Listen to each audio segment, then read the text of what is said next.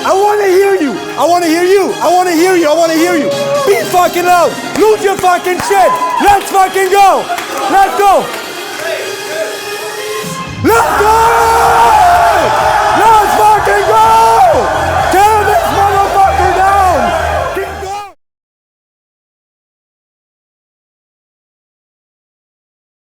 Don't justify yourself for your past. Tell it to her in a vulnerable way. Say, hi, I respect you. I normally wouldn't talk about it, but since I respect you so much, I'm gonna share this with you. I trust you a lot. That's why you have an unusually high degree of insight into my life and the types of people that I spend time with. And while you may consider it locker room talk to an extent which I completely understand, because boys being boys may seem a little bit weird to girls, whereas girls being girls may seem a bit weird to boys, which is completely fine. It may not be familiar. That has no impact on our relationship. So don't justify it at all, but tell her in a very vulnerable way, this is exactly what happened. Would I do that again? No. It's what I at the time thought was the best strategy, given my limited knowledge and limited resources that I had available to myself at this point in time. And also I think, because right now what she needs is reassurance. There's two things. There's value and attraction and comfort. Which one are you lacking? Exactly. So don't worry about losing value when comfort and reassurance is really what she needs right now.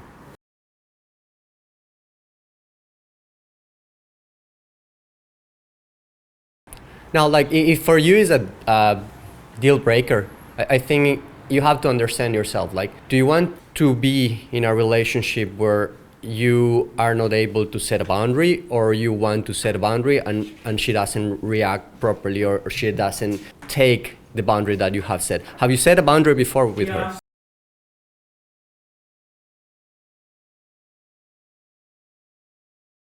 Now, hypothetically speaking, what happened if that happened? If the guy are with the girl, what happened? And then what would happen? Exactly. So you have options. You know what I mean? You have options. You still have options. You have to set your boundary when you feel you have to your need, as says, make it in a way that is rational, and try not to go too much into the emotions too much, because if you get lost into the emotions, because if she felt in that way and now she's crying and you are like, oh, sorry, babe, something like that, you get out to what you want to set the boundary. So that you have to have clear in your mind that you have to set a boundary because X, Y, Z, give the reasons, but don't move out of that topic until you kind of sort it out yourself and see how she reacts. Now, if she likes you, she will, in a way, will kind of agree with you. Like she will try to, okay, now I see his perspective. Now, if she doesn't, and if for you is like a deal breaker, well, I think you have to move on. But I don't think so is that kind of approach black and white. But at the same time, you have to be understanding that you have options, that you are not on your own, which is very important. That helps you not to be in the way that you say that needy. Principle. Are you okay with her having male friends or not? Look at that reaction, head down. He's almost sucking himself off right now. There's no right or wrong. Can I offer you an idea? I'm gonna do it anyway. Was a rhetorical question. In English, the word friend is very weirdly defined. We have 4 different nationalities here. 3 of them from Eastern Europe, 1 from Latin America. At least the Eastern Europeans, I don't know about you. For you, it's probably different. The Eastern and the Central Europeans, we define friend usually a bit different. In America, everybody's your friend. Your close brother, as well as the weird acquaintance Tommy who's been trying to fuck your girlfriend. It's very loosely defined. And it's perfectly fine, depending on the context you're in, to use the word friend like that. I would encourage you to have an understanding of the different layers of friendship of real friends. It's okay for Fernanda to have friends. I wouldn't be okay with her spending one-on-one time with another man outside of work. She's free to do whatever she wants. If she decided to do that, the relationship would end. That's no problem. Because what's the purpose? Oh, he's my friend. So we need to spend one-on-one time at home, listening to music, talking about what? Any man who spends time with a woman, one-on-one, who's semi-attractive, is trying to fuck. She can spend time with him as long as there's other people in work, but why should she spend time with him after work? There is no right or wrong. And you have to ask yourself as to whether or not that's going to be a deal breaker for you.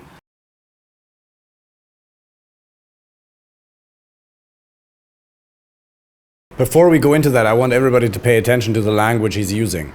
He's using the word suffering and exhaustion. Question: is that the only area in your life where you feel exhausted? Okay.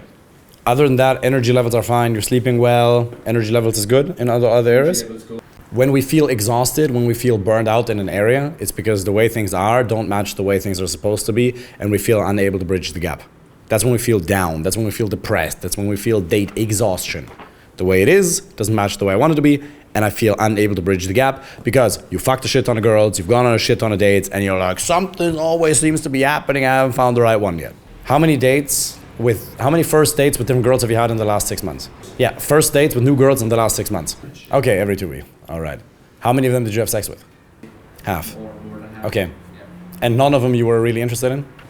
How many of those 10, or rather, how many of those 20 did you lose interest in? How many of them lost interest in you? Half and half. Okay. 10 women losing interest in you out of 20 is too much.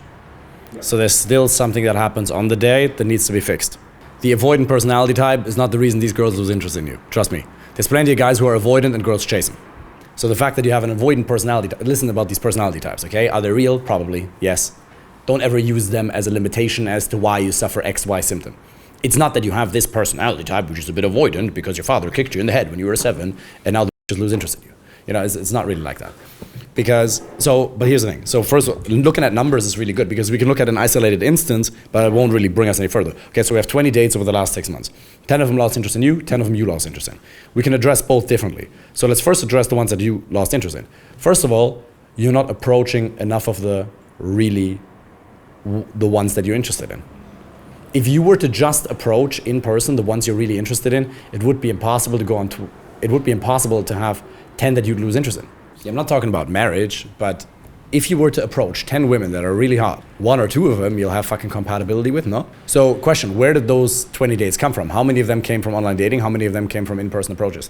Half and half again. It's a lot of half and half. Okay. Now let me ask you this. Out of the ones that lost interest in you, how many of them came from online? How many of them came from in-person? Or was that equally spread? Okay, so half and half. Yeah. All right. Guys, it's good, man. I'm looking at it, right? We need to look at it this way. All right. First, I want to look at why you're losing interest in that many. Now, if we're talking about like high-quality relationship life partner, that may require a sufficient amount of dates. So one, it's fine for it to take dates, okay?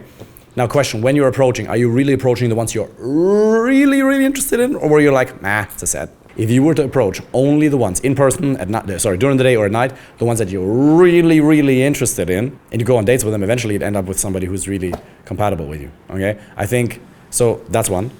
But now let's look at the other one. Out of 20 dates, 50% losing interest in you, that's probably more the most important one because there's things that you're doing on the date that leads them to lose interest. And that's what we'll just basically need to analyze. Have you played the for example? Yeah. Okay. And you did say you've had sex with like half of them ish? Yeah. Yep. So half of the ones that you've had sex with, how many of the ones that you had sex with lost interest in you? If you say 50-50, I'm gonna shoot myself. So half.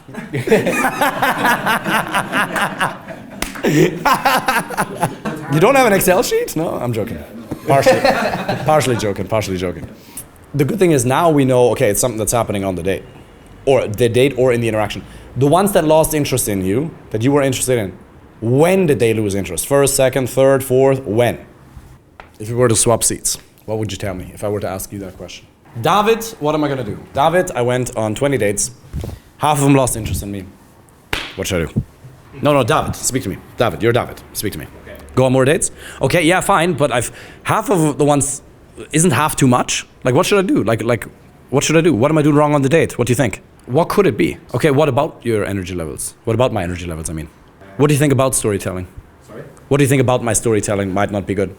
Could it be something that I'm still too agreeable and still too afraid to share a fucking radically honest opinion? Is it that I'm still afraid of losing them and therefore I don't share my radically honest opinion and I'm still walking on eggshells around them? Could that be part of it? The ones that didn't lose interest in me, what do you think could have been the difference between the ones where I really, those ones were really interested in me? What do you think I might have done different? The ones that really, because there were some that really wanted to keep seeing me, I just lost interest in them. But what do you think was different there? What could it have been about my expression that was different there? So the ones, not all lost interest in me, right? So what do you think I did right with the ones that didn't lose interest in me, things that I didn't do right with the ones that did lose interest in me? And therefore my presence became more pleasurable, more honest, more masculine, and that's why the attraction was sustained, because if I date a woman for 1 or 2 months and then she loses interest in me, she must have had interest initially, and then she lost interest, okay? I've seen you do that, by the way, to switch back. I've seen you be a little worried about sharing opinions. The real question is, are you gonna allow yourself to be a little bit more radically honest, even if it means pissing off the wrong people? Because in your mind, there's a clear separation between the ones you're actually interested in and the ones that you start acting different around the one that you're really interested in. Now that you're aware of that, you can kill that pattern. It's just a pattern. There's a difference. You know when you feel more excited about some girls than other girls? You're like, whoa, her, I'm really excited about. And then the inner bitch comes out. And then we're not as provocative in our speech. We're not as masculine. We're not as grounded. We're not as carefree in our expression. And then obviously she loses interest. Yeah, as if you didn't like them. Now, not all the way as if you didn't like them, but you know the ones that they are all right, and you just really don't care, but you really can't care. Now, you can still be excited, and there can still be desire for things to go well. You can want her, but you can't need her. Because what's pushed them away is neediness. And you're not a needy guy. We're not needy men. But we can all become needy. It's a pattern that we can activate. But you gotta remember in the beginning when I talked about loving awareness, you can't just be aware of that flaw and say, oh, I have a flawed, avoidant personality. My aunt who told me I never amount to anything because I'm ginger, she was right. No, you have to be lovingly aware of your pattern. Say, oh, okay, interesting. When you feel, because it's subtle shifts in your physiology when you start acting like a bitch. When you're not as grounded, when you're not as confident, when you don't hold eye contact as long, when you kind of like, care too much, you can become aware of that. And you can say, no longer. How would I treat her? How would I talk to her if she was already my girlfriend? Obviously super respectful, obviously super loving, but what degree of comfort would I bring to the situation? Remember a date that went really, really, really well, a girl that you've dated for several months, and she really didn't lose interest in you. You eventually lost interest in her, but she was really into you. Reflect on the dates that you've been on, and just feel how you were talking to her. Become aware of your speech, your body language, your eye contact, your freedom of expression, your carefreeness. And now compare that to one that you were really interested in and she lost interest in you. And compare how you were acting with her. Subtle changes in physiology, in body language, in the way you use your voice, in the jokes you made or didn't make. Different person, huh? Yeah. So what could you do to channel more of that raw, real self with the ones you're actually interested in? Yeah, and thinking less doesn't mean not allowing thoughts, because thoughts are gonna come whether you like it or not. But it means not empowering the disempowering thoughts, because the only thoughts that have power over you are the ones you chose to believe. And there's a degree of tension. Like I can feel that with you sometimes. There's like a little bit tension, and it's not you. It's not you. It's a state that we can go into. Half an hour meditation, sauna, ice bath. We're all relaxed and fucking happy. It's a state that we can tap into, but that tension can be a little rough. So it's important to be chill. Feel the desire, like, oh, I want her. Oh, I really fucking want her. Just become aware. Like, David is needy. There's a little bit of neediness. You can actually become aware of that. If you're not even aware that you're doing it, then you're just gonna keep running that pattern. But once you become aware that you agree a little bit too much, you're a little bit too concerned with what she thinks about you, well, then it's gonna become a problem. That's not you. Who you are, you're a really fucking awesome guy. I've seen you in bachata being fun and playful. But sometimes there's this tension. When do you feel it more? When do you feel it less? Interesting, huh? When we're alone with our thoughts. And then when we're alone and isolated, and then we go on a date, how's our performance? As opposed to when we hang out here and then we go talk to women, we're already full. Our need for love, or at least connection, is somewhat satisfied.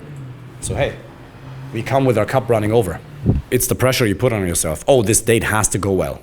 Yeah, exactly. This has to work right now, because when am I gonna find somebody like that again? Scarcity. And when we come from scarcity, we become ugly. Everybody. When we act out of scarcity, we become ego-based. It's all about us. I need this to work. And you're not worried about her experience of the date at all anymore. You're just like, I need to fuck her tonight. And they'll feel that. Maybe not tonight, but next week. As opposed to realizing, oh, interesting. I wonder what her experience of the date would be like.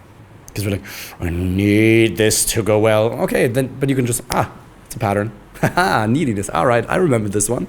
Don't need to do that anymore. I want it. Yeah, sure. You can feel desire, but it's not needy. On the one hand, saying that you'll magically manifest somebody whenever the time is right is the biggest load of horse shit. Because you'll manifest a fucking mediocre relationship.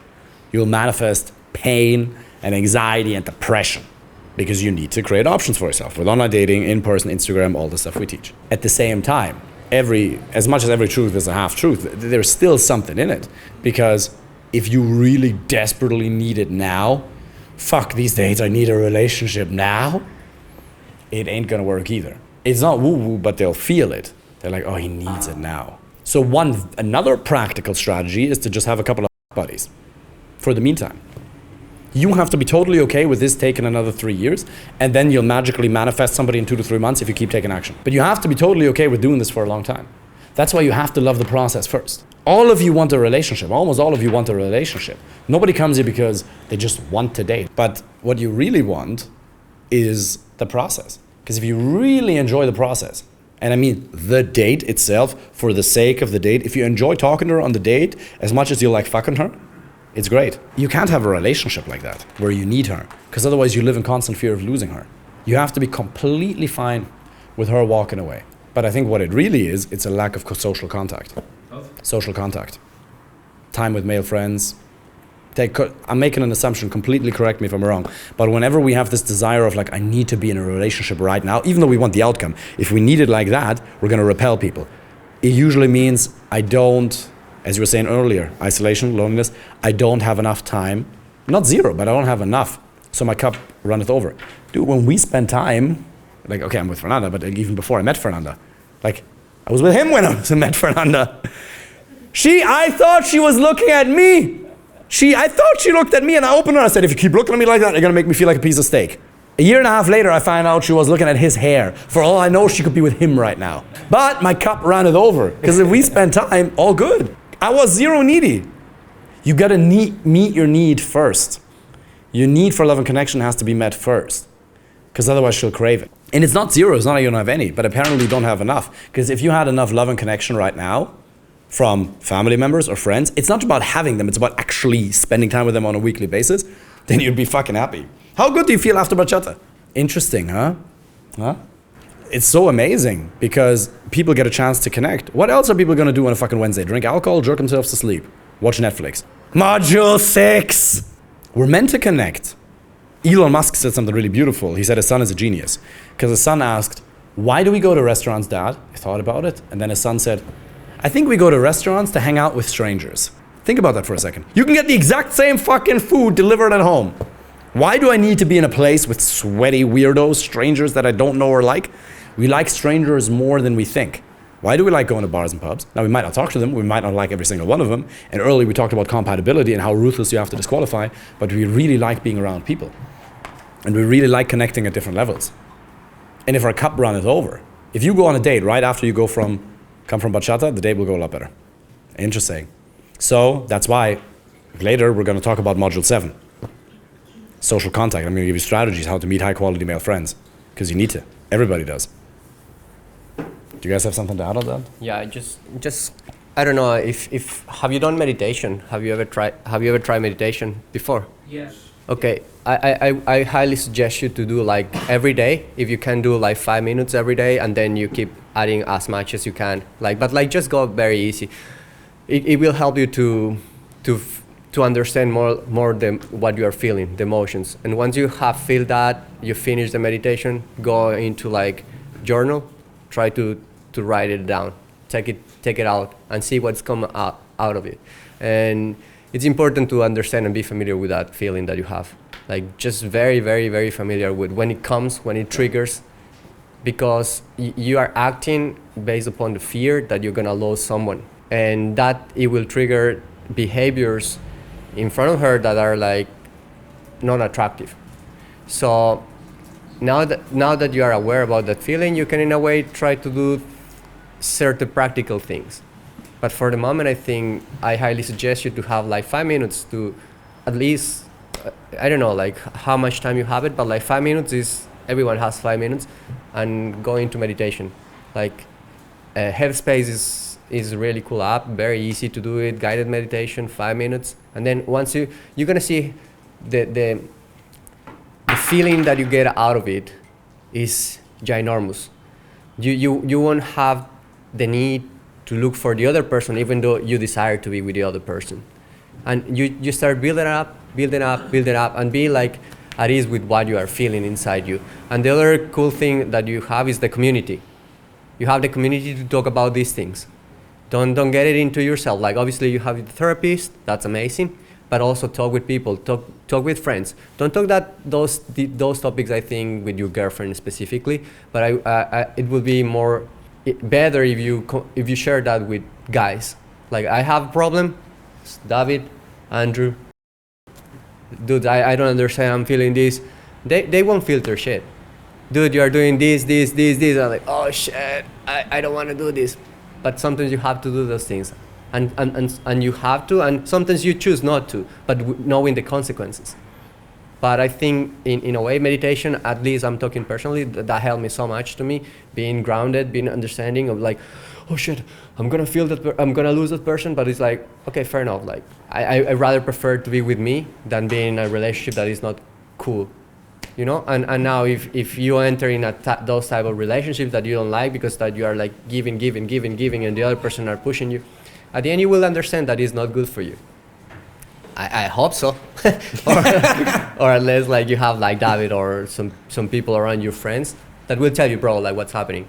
But I think it's really cool that you have the community and you have the space to talk about these things, because if being on your own, like feeling like I don't know what to say or what to do, how to act, by doing this thing, you are like way above a lot of people. And that will help you massively. Like now you said that you have taken therapy. That's amazing, because now you are getting to know yourself. There come times that you're gonna feel like shit. So that's why you have to have practical tools, aka meditation, or doing some sort of activity that will help you to release all the stress that you are feeling. And I think writing also helped me massively to realize, oh, I haven't thought about this, but your brain is telling you sometimes also the answers. Listen to your gut feeling, listen to what it's telling to you. But also like being super aware if actually that thing that is telling you is like something that will help you or is not going to help you. Because you acting in that way, you believe that you're gonna gain the love of that person because you don't have enough love for yourself. And then when you start to give love to yourself, okay? The meditation that you sent to me, remember the love meditation? Yeah.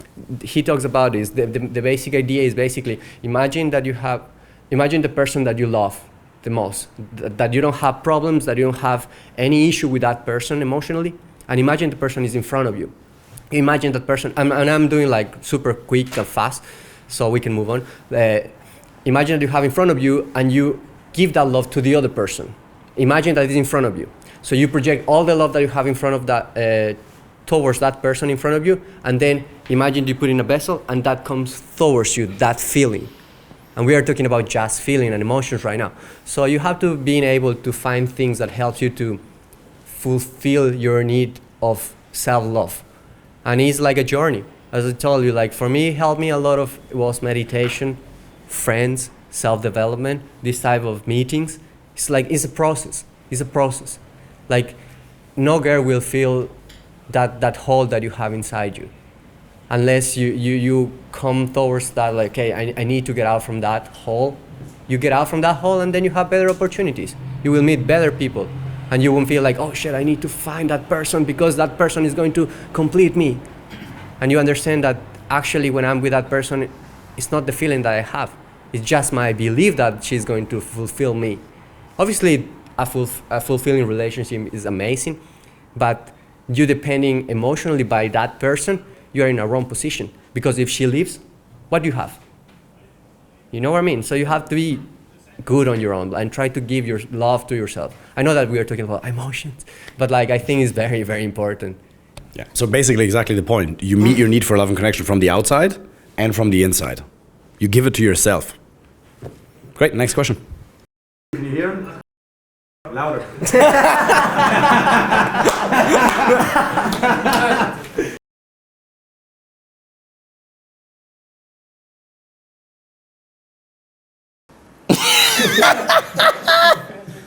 I'm not being disrespectful, but bro, I think the reason I'm laughing like that, it really comes from a caring place because I'm trying to break your pattern.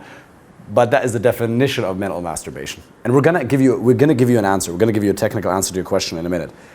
But also understand that is also overthinking. That is a pattern of overthinking. Can you elaborate on your question a little bit? You're always going to love somebody because they meet your needs. That's why you love them. Now there's different levels of love. Okay? So the first love is the baby love. You give me something or I'm going to be angry at you. Then the next level of love is horse trading or whoring. Okay? Like, where it's a mutual exchange. I like you as long as you give me my shit. I won't get angry if you don't give it to me, but I might just leave. And then there's really spiritual love, where you love because that's just who you are. You can get into a meditative state where you just love no matter what you get from a person. Now we need to live in spirituality and objective reality at the same time. So spiritually, you want to get to a point in a relationship where you love, not because you're getting something from them. I'm not in a relationship in a friendship with these guys or in a relationship with Fernanda primarily because you get something. I'm going to switch two sides. In one hand, of course. On the one hand, of course. But on the other hand, it's just because you like connecting. You just want to connect. You want to connect and then you want to give to that person. You just want to, how can I make that person's life better? Am I saying that I'm operating from that point all the time? No, absolutely not. But that's the spiritual ideal we should strive towards. I'm in a relationship because I want to give. Because it's the best experience of life. Because the people who are takers, they suffer the most. People who only take and they don't give a fuck, they don't seek to add value whatsoever, and value comes in a variety of different ways. They suffer the most, they're empty shells, they play the short game, they come up and they fucking disappear. So what you really want to strive towards is you want to be with somebody just to be with them. But in the practical way, of course you're with somebody because you meet each other's needs.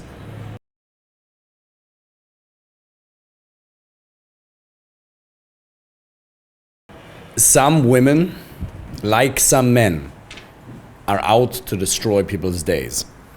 Because I've met girls who had a fat friend who's amazing at winging. Take her. WhatsApp live location, no problem. Just bring her back safe. And some are horrible. Now, it's always the less attractive one, for sure. Because every single time the other one gets approached, it happens. It's normal. And she has so much resentment built up towards her that she's unleashing it to you. Because she actually has it built up towards herself. Because oftentimes if she were to take greater care of herself, and sometimes if just facial symmetry aligns a little bit better with one than with the other, she'll be 2 points more attractive than the other one, so you can't really fix that.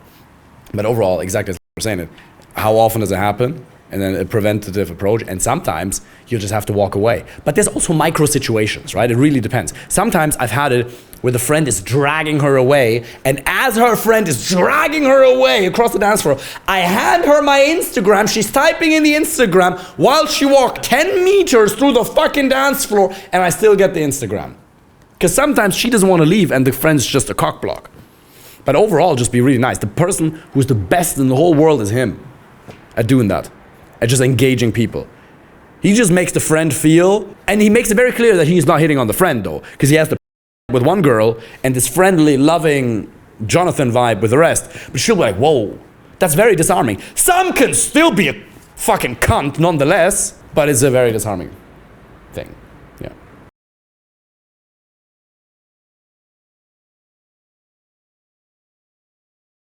Do you speak to her the way you speak to us? You're an amazing, from the first call, you have a really warm energy, man. That is amazing. Everybody who's in your life right now is in your life because of that. Really amazing, warm energy. Don't ever change that. You can't. If you're gonna be true to yourself, you can't. And there's also nothing wrong with speaking soft. He also speaks soft. But can you see how he's just not that careful with his language? He's very precise and very conscious, but not walking on eggshells. So physically, you got that masculine element. You go to the gym, you work out. I saw your stories, that's awesome. Let it reflect in your speech a little bit more. Have a bit more certainty in your speech. Because sometimes, you know, it kind of affect me mentally. Like, why do you even care? Like, we're not even dating. No.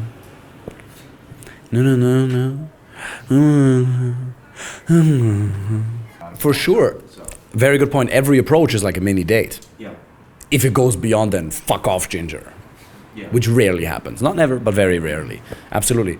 But put more certainty in your voice. That really makes a difference. And being a little bit more carefree in your expression. Yeah, awesome.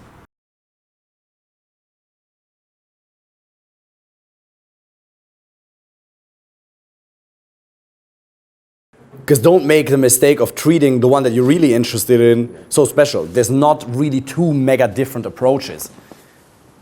Because, oh, there's the girl that I just want to fuck, and there's the girl that I want for a relationship. If you have completely different approaches, it's not going to work. It's basically the same approach.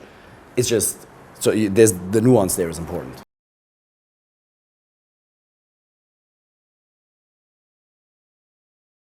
I would have gone on a rant of like, don't buy drinks, but for the first 10, 15 minutes. If you're getting on well for 10, 15 minutes, you can.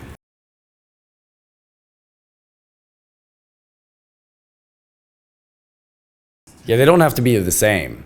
So if yours is physical touch and words of affirmation, hers doesn't have to be the same. You just have to keep them in mind because you have to give love in the way she wants to receive it, whereas our natural inclination is to give love in the way we want to receive it. Now, if you're somebody who really values physical touch and she doesn't, that can become an issue. Yeah. Great. Next question. My question would be, like, I think my biggest struggle in the whole dating funnel is now when I'm approaching, not anymore that the girl directly says, fuck off, or don't want to talk to me. Oh, the baby tiger vibes, remember? Yeah. The baby tiger vibes. Baby tiger vibes, yeah, I think that's it. So I get a conversation, and it usually turns out to be quite good, at least what I think of, and then I'm like, yeah, well, let's grab some drinks one of these days, and it's fine, and then I exchange Instagram and you know the story, but then a lot of them just don't answer, just don't really want to date because it probably was like, yeah, this guy's kind of nice, but I... Quantify it for us again one more time, please. Out of 10 IGs exchanged, it's 1.5 or 2? More 2 or more 1? Okay. Yeah, and that is, yeah, probably, that is estimated. I have to look at my Excel. No, just kidding. But yeah, that's the point. So I think, and the question is, what do you think I'm doing wrong? Because like, should I be more rude? Like, no need to be a dick ever. Treat women respectfully and love them. No need to be rude. And I mean it. It's really true. We're gonna get into the details. There's no need to be a dick or rude or to be an asshole. How are you gonna have a relationship if you're gonna be an asshole? It's really not necessary. You gotta be polarizing, but that doesn't mean being rude. But yeah, continue with the conversation, with the question. Yeah, like rude, not in the sense of an insulter, literally, but like, do you say it in, I don't know how to say it in English properly, because like nagging her and like teasing her? Yeah, teasing, yeah. Yeah. Should I include that more? But also what I notice sometimes, it depends on her reaction, like how my frame is, it depends on her reaction. If she's really positive, I'm like, I feel like I can be more that pimp vibe. If she's like uncertain and looks like me, I don't know, then I'm more like getting into the, you just try to keep the conversation somehow going, even though it just turns out to be like a nice conversation, just a nice talk, but I lose that man to woman frame, you know. That's probably one of the reasons why it turns out to be, yeah, he's quite nice, I give him my Instagram, but I would probably not date him. So, but because I think I have a problem, I always come from a more nice guy side, or from, I just appear nice. Yeah. Yeah, like that spice is the one thing, and sometimes I have like that my frame and like my whole appearance is very dependent on her first initial reaction. That I tend to get insecure if she's really not into it, and then I adapt to that, but also like being too nice and being not that spicy. So she's like, yeah, it's kind of a nice guy, cool that you did it, bro.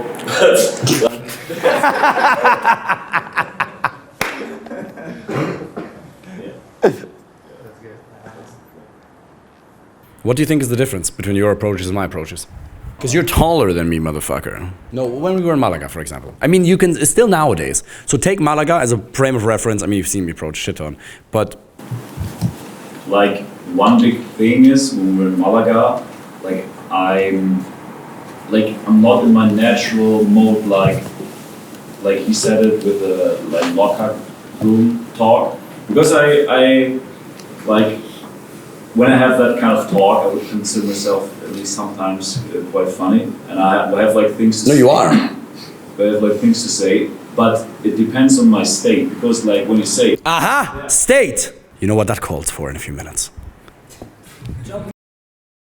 Exactly. Okay, let me talk about state for a second. So this whole idea of state, the better your state, the better your results, unconsciously. Who here has ever tried to give a presentation, and even though you have the technical knowledge, your presentation wasn't as good because you weren't in state? Anybody ever had that? Yeah, interesting, right? So state is definitely real. Your ability, like, do you think you're gonna talk better to girls tonight or worse? Better, because your state is gonna be better. Some of you are like, oh, I don't know. But your state really obviously makes a difference. So you need to manage it every single day. Every day. And for those of you who think that it's ridiculous to do things every day to boost your state, Milton Erickson, the founder of hypnotherapy, people like Tony Robbins learned from, the founders of NLP who learned from Milton Erickson, Gunther Schmidt was a direct student of Milton Erickson. He had polio. And to be able to cope with the pain, he had to hypnotize himself every day for 1 to 3 hours, or at least during seminar days, to be able to cope with that every day. To be able to be a functioning member of society and teach other psychologists or psychotherapists or wherever he was teaching, he had to change his state and hypnotize himself so he could cope with the fucking pain of polio. If he can do that for 1 to sometimes 3 hours, because Gunther Schmidt, he tells that story, he's in his 70s now, but when he was a student of Milton Erickson, Milton Erickson was once an hour late or so for a seminar. And him asking, being a good German in America, learned from Milton Erickson, he goes, where are you? We're supposed to start at 11. And he goes, well, you know what, I have polio. I experience all these symptoms. It really quite hurts. So I really have to do these things for 2 to 3 hours a day to be able to manage. Obviously, he felt like an idiot. But that just goes to show that if he can do that, we can do a couple of things to manage our state on a daily basis, and we're going to do a couple of exercises for that today. Very important. At the same time, you can never use state as an excuse not to do the right thing. Oh, I just don't feel like it. I haven't been jumping up and down today, so I can't approach the girl. No. It's better done than perfect. Remember that one? It's better done than perfect. Approach number 7 that I do on a night out is much better than approach number 1. Approach number 18 is going to be much better than approach number 1. It's normal. The first approach, if you've been working for 2 to 3 hours and you haven't said a word, how are you supposed to be in flow? I'm more in flow now than I was at the beginning of the conversation, the presentation. It's normal because you get into flow. That's why you have to do a lot of reps, because the reps later, they're going to be better. And then also talk to people during the day. Use people, make them feel good, give them compliments, waiters, staff, and then you boost your state, you boost their state. But also, it's not like it's not working at all, because you are getting dates from it. Now the conversion rate should probably be more, I don't know, 1 out of 3 Instagrams should be a number or something like that. Not 1 out of 5. But now, one more question. How many of those don't even speak English? Aha, exactly, because he's in Madrid right now. So, don't you sometimes still get Instagrams from girls whose English isn't maybe amazing, where the connection wasn't built purely because of the language? I think part of that is even just the language. I think part of it might, so there's definitely things to work on for sure. Yeah, so this is already better than the last conversation we had, right? Because last time it was baby tiger vibes, which now, even now, I'm not feeling it like that. It's good. You're a super warm, loving, kind guy, but you're also more in your masculinity now. Two things, very good. Let's get technical for a second. 2 things. 1, you can't expect her to drop to her knees immediately. You approach, excuse me, nice to meet you. You can't expect her to do that straight away. So you have to be okay with her having her defenses up for a moment. Because remember, you're a random stranger. She doesn't know you yet. So it's okay for you to build comfort and be persistent 1 time. At the same time, if she reacts negatively, which some women will, then you just say, okay, no worries, and you leave her alone. If it's like a really violent negative reaction, then you'd be like, hey, look, I'm not trying to sell you anything. And then you just continue with the conversation. So on the one hand, obviously, if you get a negative reaction, you want to leave her alone. And that's fine, it's called a rejection. No problem, we all get it. The only men who don't get rejections are the ones who don't approach. But on the other hand, you also have to build comfort and understand, okay, her defenses will be up. I've had interactions where girls, by the way, it's not always the girls who give you the best reactions immediately. When I approached Fernanda, she was a little bit, you know the story, right? I approach her, okay, if you keep looking at me like that, you're gonna make me feel like a piece of meat. And then I thought I was smart, because I know the word for dog in Portuguese is cachorro. He didn't warn me, he was there, he could have warned me. Couldn't stop me at all. So I was, let me make it female, cachorra, which means whore. So that's what I called her. So her sister was an angry sister. Her angry sister. Not just a sister, her angry sister. Her angry sister, Vanessa, who we now love, was next to her and she goes, you call my sister a slut. And then luckily I had Jonathan, who could take care of Vanessa in that moment, calmed her down. That was a bit of an effort. So I could, exactly, come here, it's okay. It's just a white boy. Yeah, because there's like this stereotype of Brazilian girls being like more sanctioned, and then a German guy comes to me and calls me Kashoa. So not very smooth. I didn't get the best reaction from her either. Nonetheless, 25 minutes later, we were making out. Why? No. I like ginger. What do you mean by why? What changed from the situation with the... Oh, very good. From her being like that to her wanting to kiss me? Yes. Well, a lot of things. Me. Exactly. Module 5 and 6, motherfuckers. But basically, that's what it is. Yeah, build attraction, build connection. It just means you want to get some fresh air. It's very loud here. Went to the hallway, put my back against the wall. Have you ever kissed a German guy? No. There's a first time for everything. Make out. If she ever says, no, I haven't. Oh, if she ever says, yeah, I actually do, then you say, practice makes perfection. So you're going to win either way. Her reaction, but I just know that I bring so much comfort to the situation and reassurance that I just connect at a human level. I bring comfort to most people I speak to. It wasn't always like that. Loving kindness meditation with that really helps. And understanding that the most important decision you'll ever make in life is whether you live in a friendly or a hostile universe. It's one of the most important decisions to make. There are some people, and we're going to talk about choosing your enemies in a couple of minutes, but assuming that most people are your friends and your brothers and your sisters, that is a really powerful mental model to come from. Sometimes you have to go into spiral dynamics red, where you have to go into combat mode and understand there's an enemy that needs to be dealt with. For sure. This is not about living in delusion. There are people who want to do you harm, for sure. But where do I want to live most of the time? And if I assume most people are genuinely good people, doesn't mean I want them necessarily in my inner circle because of compatibility, as we spoke about earlier. But if most people are genuinely good people, then I can just bring so much comfort to them because we're just friends who haven't met yet. And if you bring that degree of warmth to it, it'll make it a lot easier, yeah? But to specify that, I mean, like, when I approach her and, like, the reaction is, like, neutral or she's, like, engaged in conversation, but she looks at me like, I know she does not take me serious as a man. How do you know that? I know. Did you hear what he said? I know. That's a belief. How do you know? Stop. How do you know that that's true? Listen, 2 seconds. No, stop. What am I thinking right now? I'm thinking you have a small dick. You can't read shit from people's eyes. Look at him for a second, please. What is he thinking right now? How do I get out of this situation? Look into Fernanda's eyes for a second. What is she thinking right now? Read. Do it. Read. Read, motherfucker. You know she doesn't take you serious as a man. Read her eyes. What is she thinking? She thinks about the dog thing. Look into Zozo's eyes. Seriously. What is Zozo thinking? She don't like to be said. Okay, wrong every single time. Have I broken your belief that you can read what's in her eyes? That she doesn't take you serious as a man? That's a story that you tell yourself. It's a belief.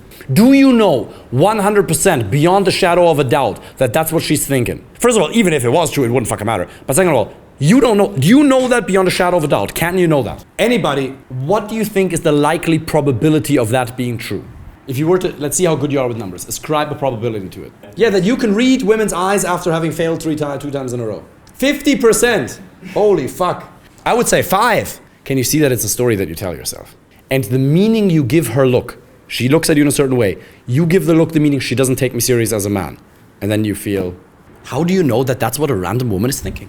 Maybe because... Let me ask you this, Fernanda, Zozo, have any of you ever, today in the course of the day, I know he didn't approach you, did any of you ever think of him that he's not a man? No, be honest. No, of course they're going to be honest. Of course they're going to be honest. Did you think, oh, like he's a pussy? It's a story you tell yourself, and of course it becomes a self-fulfilling prophecy. She looks at you and she doesn't suck your dick immediately, so she doesn't take me serious as a man. And then you fulfill that prophecy, because then you start acting like a bitch and you fulfill it. She looks at me a certain way, I can read her eyes. No, you can't, but isn't it interesting? Now you're aware that you're doing that. What else? Show me the look that they give you where you're like, because it's a certain look, right? What's the look that makes you think that? Just try to, it doesn't have to be perfect. Try to imitate it for a second. How are you gonna know that that's what it means if you don't even know what the look looks like? You're a shitty reader of eyes. Do you mean something like that? Yeah, just... Disgusted. Even if she had that thought, Can thoughts change? Has there ever been a woman who might not have taken you serious as a man and then later taken you very serious? Interesting. So even if, first of all, you're a shitty reader of people, and first of all, she probably doesn't even think that. Second of all, even if she did, who's to say that she's going to think that 30 seconds from now? If you just keep talking. Yeah, okay, she doesn't know me yet. She doesn't know I'm a man. Fine. I'm a white ginger guy. She mightn't take me serious at first, but eventually she will. Yeah.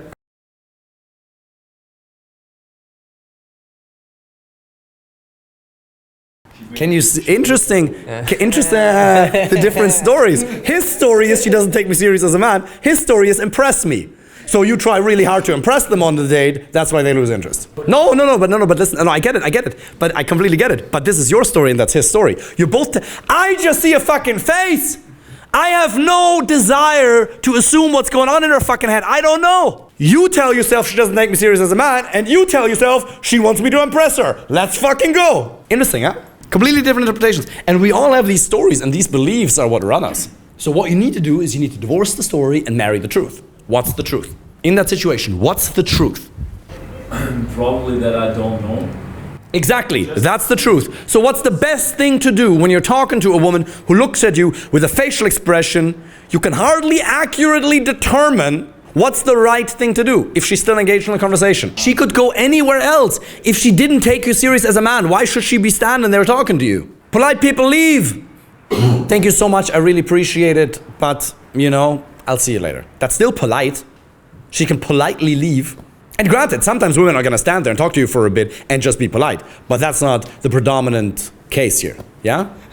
Because she's full of a stick in her ass. Making my chair. Okay, another chair. Let's go. Awesome. Well done. Really good point. Good job. And interesting, right? He doesn't know the truth either. He just assumes, well, if she proves to me that she's not interested in her loss, it's just a different story. 3 different stories. Same facial expression, we just tell ourselves a different story. It's the meaning we ascribe to the situation, or in that case, the look, that creates an emotion within us. That emotion then makes us act more or less masculine. Babe? Or maybe something that he has in his mind about himself. And then he wants to find someone to confirm it, you know. Mm-hmm. For example, I don't think I'm enough. And then sometimes you are looking at me, and then we're like, what? What's wrong? What's my hair? And you're, no, it's nothing. You are beautiful. I was like looking at you and just thinking how beautiful you are. And I'm just trying to find some weird stuff. Yes. Maybe he has. Yeah, absolutely. Maybe we have 3 different stories. Michel is telling himself he's the fucking man. He thinks I have to impress people, and he's not at peace with his masculinity. That's actually a really good point. I noted that down because I think, like, when I interpret a facial expression, that I may project like my own insecurities into that, and so it becomes a self-fulfilling prophecy, and then I get the proof that I was right, that I can read everybody's face. So yeah, that's probably it. So if you were to put that into a belief, a story you once told yourself about your masculinity, what was the old story you once told yourself about your masculinity, for which you used her face as seeming evidence? Something around that I'm too nice guy and that women don't see me as a sexual man. Yeah, and then you wear a black hat when you dance bachata. It's blue, but My apologies. Interesting. And is that true? Is it true that women, Zozo, do women like men who are nice and kind? Prana's like, I don't want to say anything wrong. Yeah? Do you like men who are fucking assholes and rude? No. Exactly. So nice is a good thing. Zozo, ist es gut, nett zu sein? Yeah, look at her. Yeah. Exactly. That's the look you were looking for, by the way. Yeah. Yeah, exactly. Of course, it's good to be nice. They just don't want you to be fake. And sometimes they need to be put in their place. Sometimes you need to set boundaries. You need to be masculine.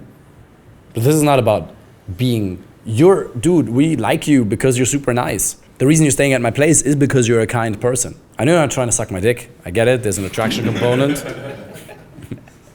But still, that beautiful. Later tonight, we'll do some more incantations.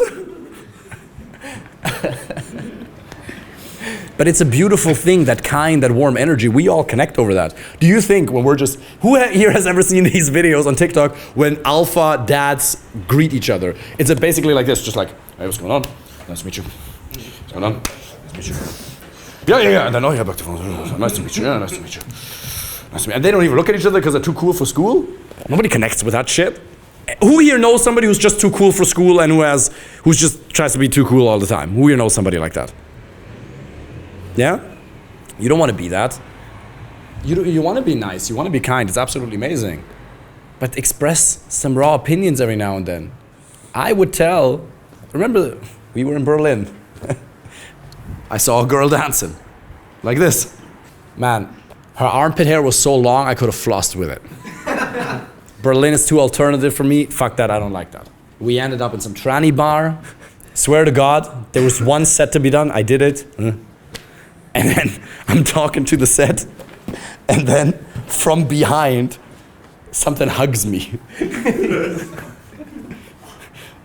And it was kind of nice and warm. I turn around, and then there's this lady, I assume, how dare I, no hair, black tracksuit, totally coked out of her head or whatever, looking at me trying to vibe to the beat, being like, oh boy. Oh boy. That's what literally the only words that were coming out of her mouth. He was there, it's true, right?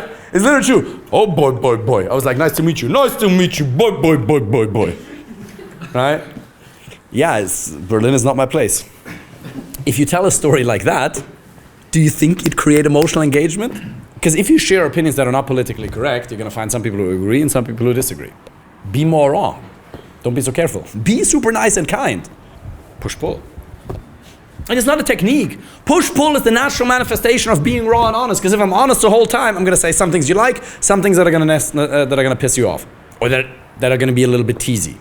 Make sense? Yeah. Awesome. Yeah? Sorry, Fernanda zuerst. Yeah.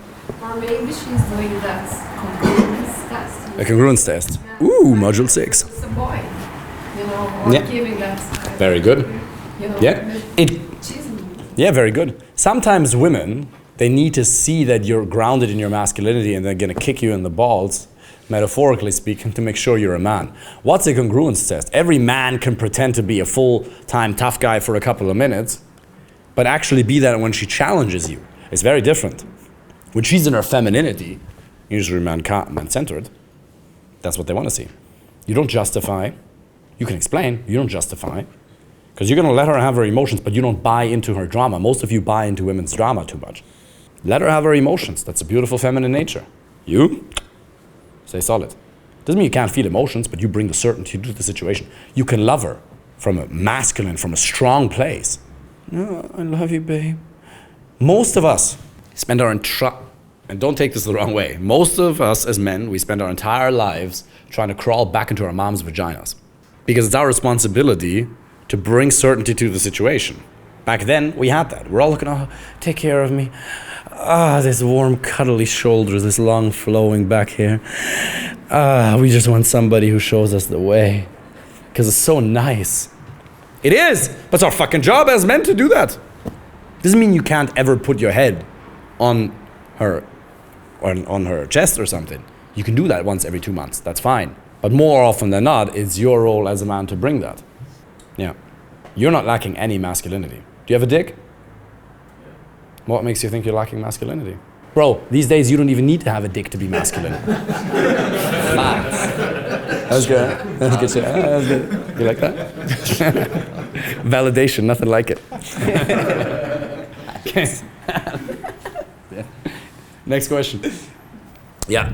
Yeah, I'm just leading a girl, and basically just like cultivating with a strong frame, playful and everything. I really liked her, and I sucked into her value. Now I'm in a position where I'm actually chasing her. And I want to again flip the script as it was before.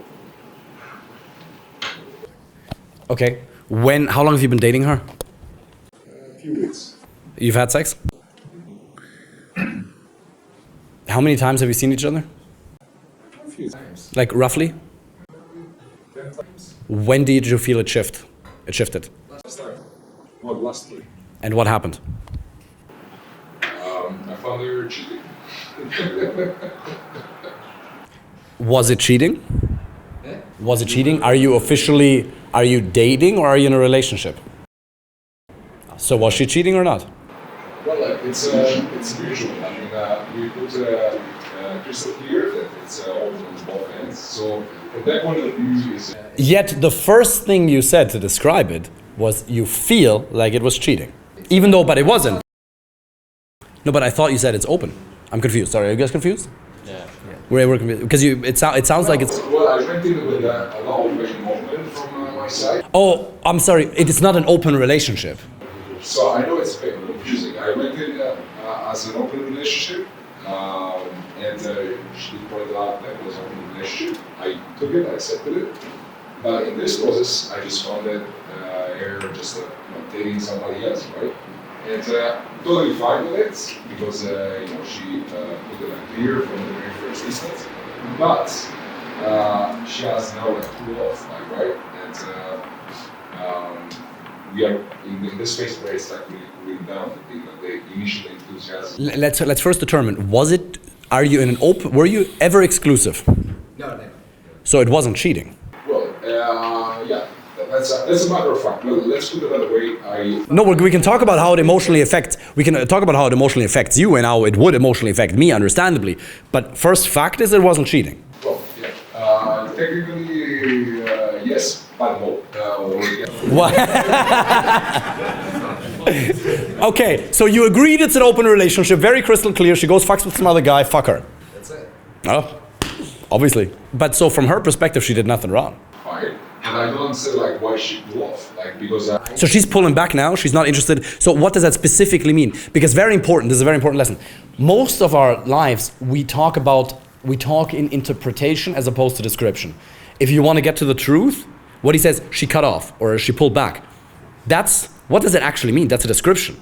That's an interpretation. What is the actual behavior? So she's what is the actual behavioral change? She's not meeting up when you invite her to meet up?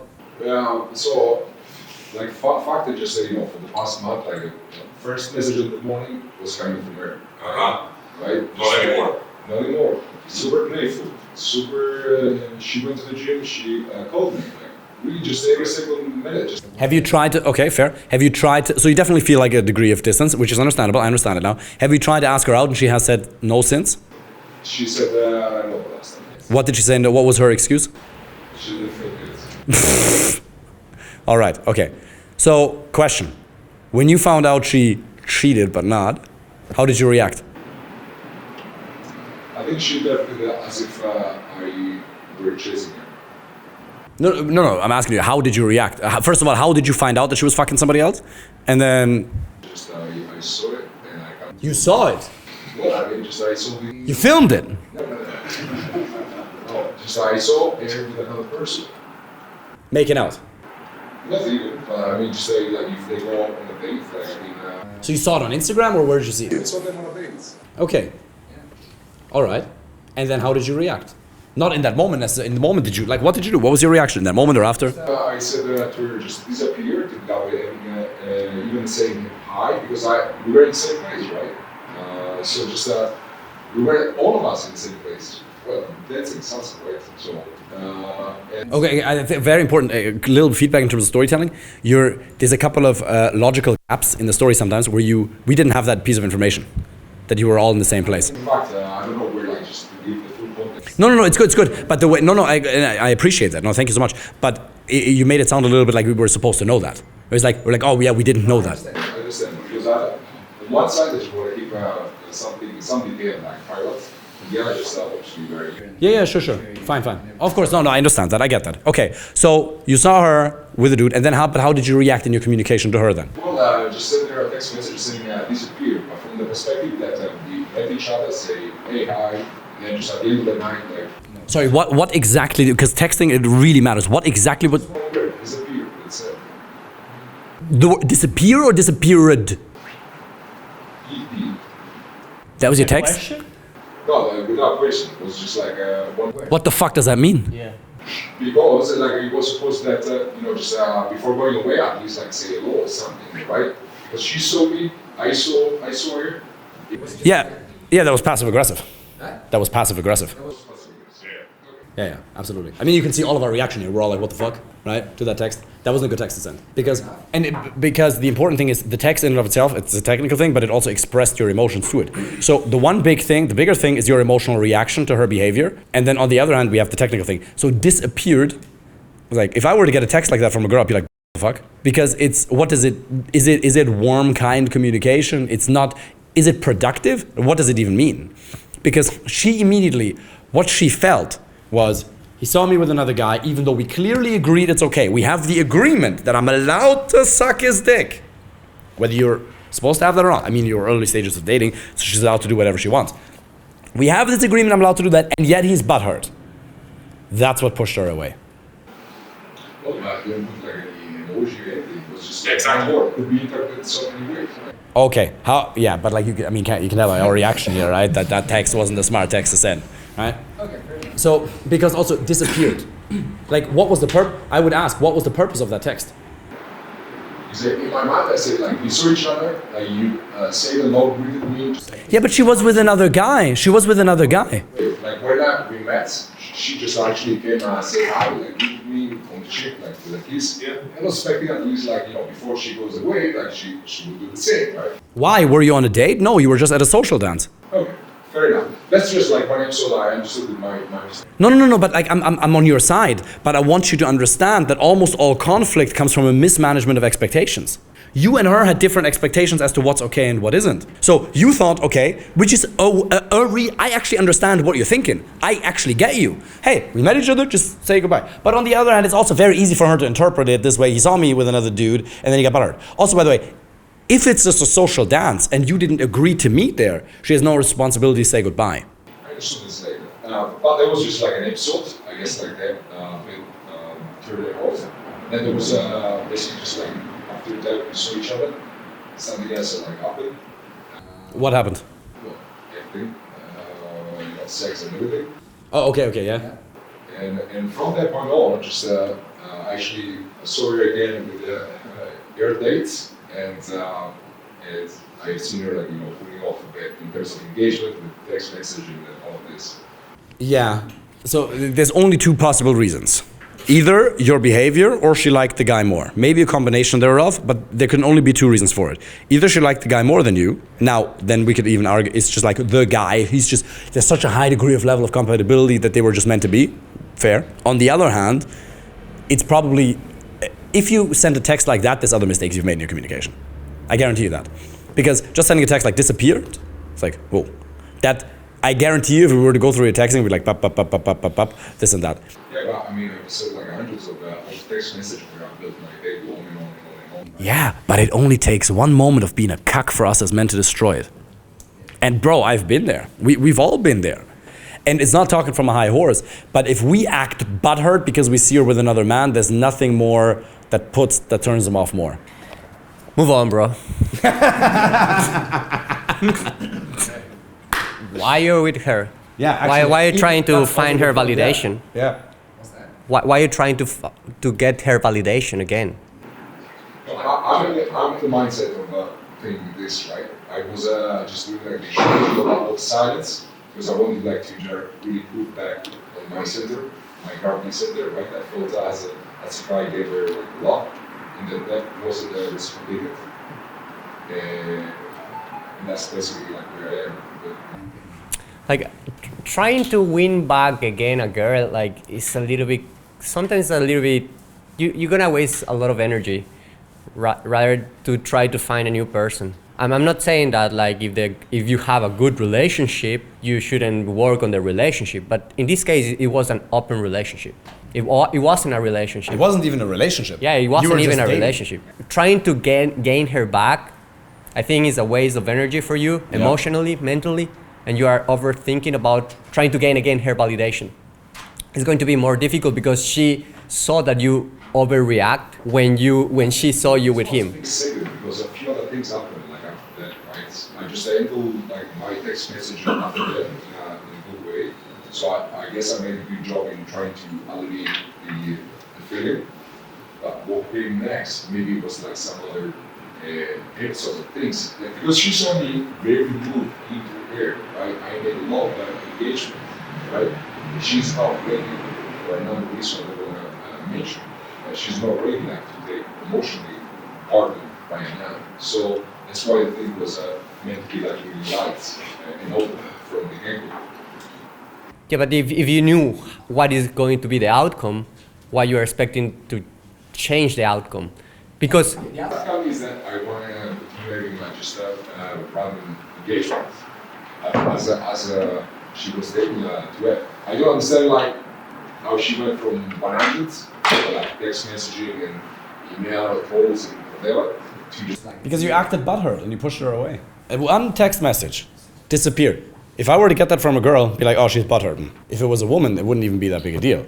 But that's what happened. One message, oh, he's butthurt, boom. One time butthurt, one good fuck from the other guy. Did you have sex after you sent the message? Yeah, but I'm telling you, if you make mistakes like this, there's other mistakes you're making that push her away.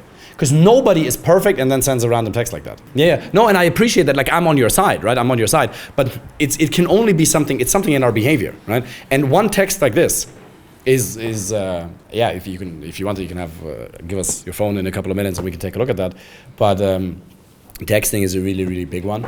And it's even just the fact, but you think the bigger one, even just the technicality of the texting, is the fact that when I asked you what she did, you said she cheated, even though she never did.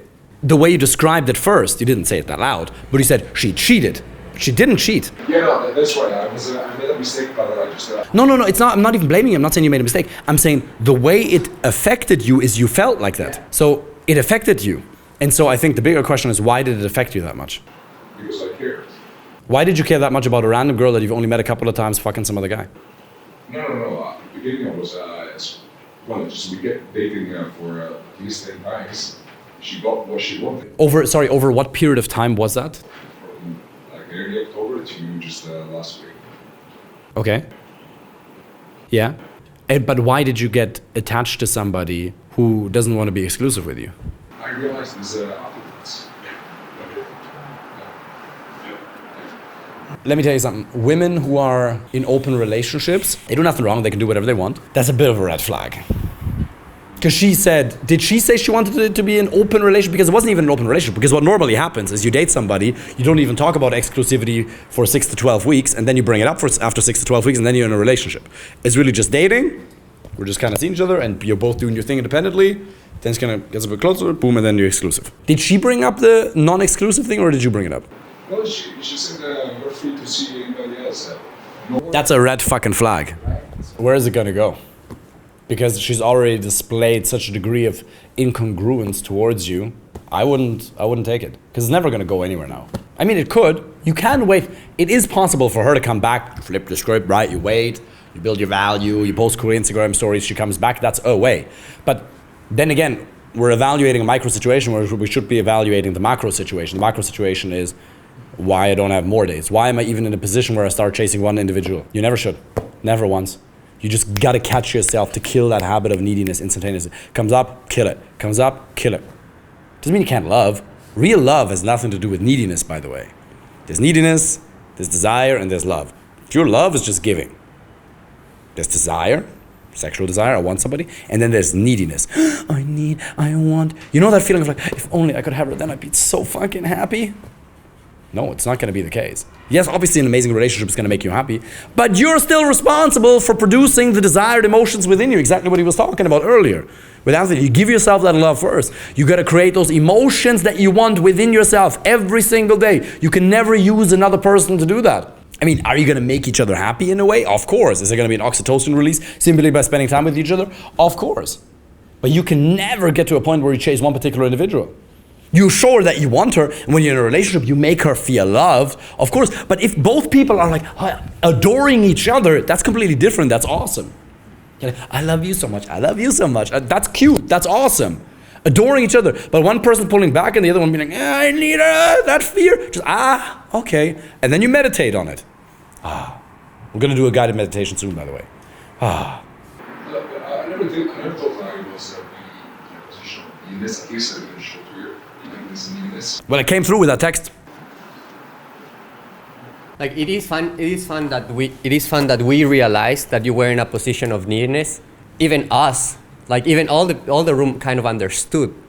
Like by one text. I don't know your facial expression, but you probably you seem a little bit like, oh shit, she's with another dude. I'm gonna try to pretend that I don't feel anything, but inside myself I'm fucking kind of feeling it. You know? Girls are amazing at reading body language. Are amazing. They're like, I don't know, they sniff that thing. You know? So they definitely look at you and they say like, actually, the guy that actually was very attracted, which was in that case you, feels a little bit butthurt. What happened here? He's a little bit too invested now. Let's pull back to see how he reacts. Yeah. And then you start to overinvest. And she was like, give it a little bit more. And it's the carrot in front of you, and you're running behind the carrot. Oh, he actually is more interested in me. Even though at the beginning we say that it's an open relationship, you're already in a bad position. I understand what you're feeling. I've been through that shit. But the problem of that is that at the beginning you set the paradigm or the rules, the frame that is open relationship, which means that she can see everyone, you can see everyone. Now that the relationship started developing, that was amazing. But then it happened that she was in the social and it saw you and you act a little bit jealous. Okay, despite you being like, no, I don't feel anything. But they can feel it, they can see it. And then you prove it by sending a message, like, and she was like, wait, anyway, then you had sex before, after that, that's okay, but she started to feel that you start to invest a little bit more in her. Isn't it?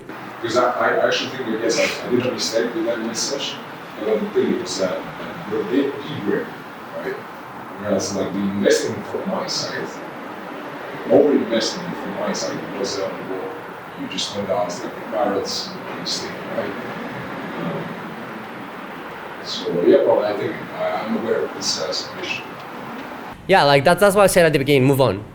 I know that sounds harsh, but it's like you are trying to gain again her interest on you at the same level that it was before. It won't happen. It might happen, like if your frame is strong, you've seen other people, but like the advice that Andrew gave to you, try to look for other people, okay? While you have in your subconscious that, okay, this is not going anywhere. She might come back. She might. But you are playing in I hope that she realizes it. No, you have to move on. I stopped texting her in the hope that... No, I stopped texting her, period. Done, over, right? But it's actually beautiful because now you've learned the lesson. Because otherwise you'd keep carrying that lesson with you. And 90+% of men out there are making that mistake. Yeah. It's this classical one-itis. She pulls back, I chase. Rejection breeds obsession. Here a bit, and she broke up with me 3 weeks ago, and it's probably, as I spoke about earlier, a little bit of my drinking didn't help, and how the person I was, and there was a stag party at the beginning of October where I met a girl as well, and she found out about it, and so it's The girl at the stag party found out about what? My girlfriend found out that I kissed a girl on the stag party. So was it his alcohol or was it the fact that he cheated? Well, I think we did speak about that, and she didn't hyper-focus on the stag party, but she just said a few instances over the summer of things where we drank. It wasn't just one thing. And when I just really sort of begged for forgiveness about the stag party, she said there was more than this going on. Yeah. There's no way you'll ever get a woman back by begging for forgiveness. Please take me back. It'll never work. The last 3 weeks probably I've just through anxiety and worry and trying to sort it out, I probably did the whole lot of... Oh yeah, no, it's probably done. You probably fucked it up. Now, I'm usually very much against getting your ex back is usually a really stupid idea. It's a really stupid idea because what you want, you don't even want her. You want the fulfillment of a need called love and connection. And your brain just goes back to her. Now, there are cases where it might make sense. In this case, it probably doesn't because it's probably fucked. She broke up with you for one, you kissed another girl, okay? Like, that you could get over, you know? You're a man, happens, not big a deal. It's not great, shouldn't happen, not good. If you have that agreement, shouldn't happen. That's something to get over with. The alcohol thing, that was probably a bit of an issue. The big thing right now is... Sorry to interrupt, but the relationship kind of went on a strange journey at the beginning. talk about how the power can swing, but she was very much into me, and I was sort of holding back, and she asked me several times after about 2 months, why can't we be girlfriend and boyfriend, and I wasn't that sure about her at that stage, and I said, no, I think we should wait a while and things like that, and it's funny just how the whole thing has flipped now, and that, well, what I did think is that she really liked me, but I probably screwed it up. Is there any chance of getting back together? Do I think, well, just with my sort of behaviour, I'd say over the last 3 weeks, kind of calling her. When you say your behavior, what exactly are you referring to? By the way, quick question, are you guys cold or warm? Cold. Okay, close the windows, please. Calling her and texting her and sending her couple gifts and things like that. What kind of gifts did you send? It's supposed to hurt, by the way. Yeah, well, she gets on very well with her mom and her sister, so I sent them just a voucher for like a hotel break and things like that. She kept pulling away, you kept chasing. She kept pulling away, you kept chasing. She kept pulling away, you kept chasing. Okay. What's the latest update on your interactions with her? When was the last time she got back in touch with you? Well, over the 3 weeks, when I was trying to discuss things with her, she was like, well, maybe we can just be friends for now, and we'll be friends and we'll see how things go. Look into my eyes right now. Is that ever going to work? Being friends and then getting back together? So eventually, to being friends, we were still talking every day, and anytime I've had a breakup, it's just, we just don't talk. You go off in different directions, we talk for 6 months. So we were talking every day, and as talk kind of was going quite well, I bring up the issue again and say, oh, is there any chance we could meet? When did you bring it up last? So that probably during the week when we were talking, and then probably I got a bit emotional and asked her to, over the course of the week, and then she said, you know what, I think for us talking, this is not healthy for you or for me, so I am making a responsible decision for the two of us that we're not going to talk. So it is a very responsible decision of her. I very much agree with her, because it's not helping you. So I just thought, what I really felt in my stomach was she was talking to me, probably, well, I think she might talk to me, but that maybe down the line as a bit of time passed, she might be interested in sorting it out. But I was getting my hopes up, and she was probably... Hand on your heart, what's the truth? Is it really possible to get a healthy relationship back with her, or should you move on? You tell me what's right. I don't want to tell you what's right. What's the right thing to do? What's the right thing? Probably, the right thing is probably, I think, I would really like to be in a relationship with her, but the right thing right now is to leave her alone. I would like to have a vagina so I can finger myself every day. This means you can get it. I can get it, yes. True. If you really want to. I can get it. So what's the right thing here? Well, I don't know, I really believe in the relationship, but I think that she's done, so I think that she's done. I think she'll get it clear, so, okay. So I think I, currently now torture myself about it every evening and stuff, and I'm always on my mind, and what you were speaking about earlier today was... The reason you're torturing yourself is because you haven't closed the issue in your head. Because a part of you still believes there might still be hope. And as long as you believe there's still hope, you torturing yourself is actually a good strategy for that part. I'm not saying it's a good strategy, but for that part, it's a reasonable strategy, because if there's hope, why wouldn't I want to find a way to figure it out? Reasonable. She doesn't want you anymore. How long do you want to keep chasing somebody who doesn't want you? What might make it more difficult is that you realize you've made mistakes that led up to this. Fair enough. No matter how thin you slice it, there's always two sides. But what's the right thing to do? The right thing is probably to move on. Let me present you with a spiritual Buddhist principle, ancient Buddhist principle. Taught in many different religions. The English translation from Sanskrit is, anybody who knows, shut the fuck up, is GFTOG. Okay? It's an acronym. It's from Sanskrit into English. It is even the Buddha, or the Buddha's grandfather, whoever realized if you get over heartbreak, GFTOG. GFTOG. Any idea what it might stand for? Go fuck 10 other girls.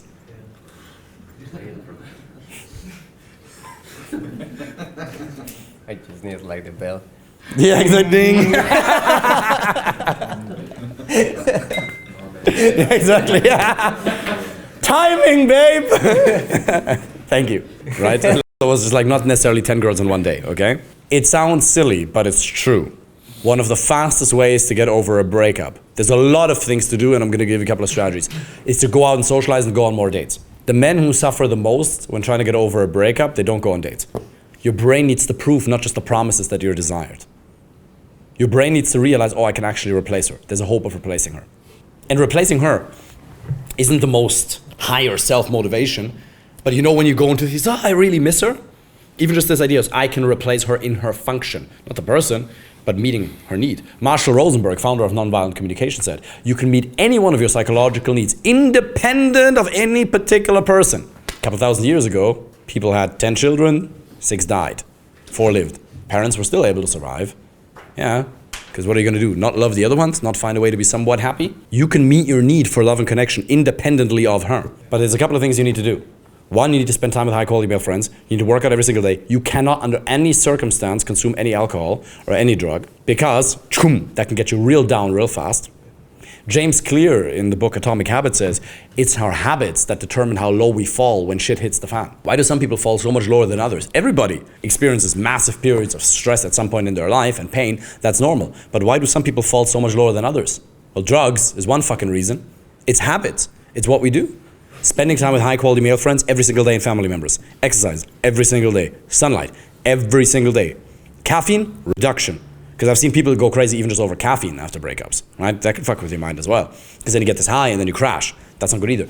And what you need to do is you need to do 20 approaches every single week. I promise you that you'll get over it very, very quickly. People think that, oh, I need to suffer now for the next couple of months. No, you fucking don't. Yeah, absolutely. When we were doing this, let me ask you this, while we were doing the jumping, right? How bad did you feel while we were doing that exercise? No, I felt great doing that. Interesting, right? So it's not the breakup that's making him feel bad, it's how we use our physiology and what we focus on at this point in time. Is it every now and then going to creep up on you and you're going to have a moment where you're like, oh, I miss her? Fine, that's what we're going to do a meditation. No part of you that would think there's any long game in terms of I like respecting women and taking them, not, you shouldn't always take all of their words literally, but when she tells you she doesn't want to be with you, she doesn't want to be with you. The alternative is to run after somebody who doesn't want you. And the problem is, even if you get her, right now in this state, you won't be able to get her truly attracted to you. Because you're not in your masculine. No, I remember when I was with her first, obviously, there was loads of confidence and sharing whatever I really was saying. She was smiling and now it's just me trying to ask her about her day. Very interesting when we take ourselves out of the situation, how there's a lot of wisdom that's already inside of us. Now, dating is a technical skill set, right? That's why these guys are in the fucking program. That's why it makes sense, for sure. But in those situations, you already know what's right. But when we're driven in pain, when we're coming from the scarce perspective, yeah, that's heightened state where I guess, it's not a good. Do you get there when you're by yourself or when you're with friends and family members? By myself only, I'd say. Only when I'm by myself, yeah. So probably. So. What were to happen if you were to spend more time with friends and family members? Find some other friends on the yards. Like for example, my day kind of goes quite well until about 3 o'clock the kids go. Because you're engaged with life and you're busy and you're with people. Yeah, and then it's just that moment I've noticed it just where everyone's kind of gone home from work and I'm just in it's dark evenings and you just take out. I guarantee you, if you were on a date with another girl, if you were with your friends, if you were with another guy in the gym, boxing, working out, you wouldn't be thinking about her. Or the thought might come, but it has this much emotional intensity as opposed to this much. But what you're doing is you're raping your brain at the moment. You're raping your brain because you're not giving it enough oxytocin. You're not giving your soul what your soul really needs.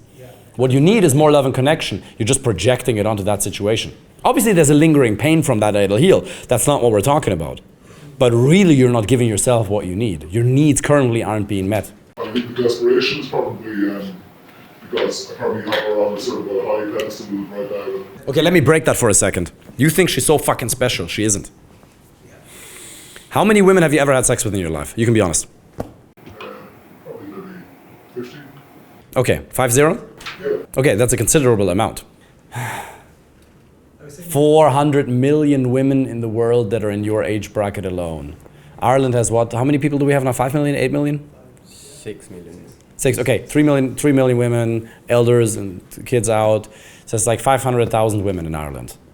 And you've had sex with 50. But she's the one? Yeah, no, just on that, when I was with her, it's a funny one. When I was with her, I wasn't chasing her that, and there were times where I didn't think we were compatible. And now, since she has cut it off, I suddenly. Whatever we focus on, we're gonna feel. All he's focusing on right now are the beautiful things, all the great things. Let me ask you this right now. What were things that weren't right? Can you remember times where she didn't treat you correctly? Maybe not that she didn't treat me correctly. Or things where you just weren't compatible? Those thoughts where you had, what were those? Yeah, well, I suppose we were, well, I'm not religious, but we were actually two different religions, and she kind of had said that for us to have a family, we would all be our religion. What was her religion? Well, And what are you? probably, so, but I'm not religious at all. Oh, there's a difference, yeah? Well, a small difference. Oh, okay. I'm not religious at all. That was one. I know she wasn't into sports, and I love sports. So those football matches that I love to go to. In order for him to experience that level of pain that he's experiencing, he can only focus on the things that are good. He has to ignore everything that was bad about the relationship, and without a doubt, there must have been some bad. If you were to focus more on the bad than the good, that's going to create a different emotional reality. Wherever focus goes, energy flows. Our brain distorts, deletes, and generalizes. You have to delete all of the bad shit. And there were moments where you weren't compatible. There were things that weren't okay. And I'm not saying that's the only thing, but it helps. Because you're only focusing on all the beautiful things. You're like, oh wow, it's so special. Really? Was she really the best out of all the 50? Was she really? No. Exactly, look at that. Was the sex the best? No. Was she loving the most? No. Probably, okay. All right, so you already know you can replace her. And it sounds harsh and cruel, but it's actually one of the most beautiful principles about life. You can replace anyone. Not that individual, but the function that person is meeting in your life for love and connection. But massive action is the cure-all. You can't just go home and think about this. Was this helpful so far? Oh, very helpful, yeah, very helpful, yeah. But now it has to be transformed into the realm of action. You need time with family members and friends and dates. Because you look fit, you work out, right? Yeah. I can see that. That helps, doesn't it? Yeah. Right after workout, you feel a lot better than before? Yeah. Exactly. Keep that up. Go harder on that. Ice bath, sauna, going for a walk. But social contact is the one right now. Giving it to yourself, and we're going to do guided meditation in a minute here, but also very important, dates. Doing approaches, getting out there. Because if you go on call it a rebound date. Yeah, who gives a shit? Yeah. So what's so bad about rebounding? I think I took a lot from what you said about carrying more positive energy, because I think the last 3 weeks I've probably been walking around as if I'm carrying the world on my shoulders, and probably just consciously even faking it till you make it, but just walk with.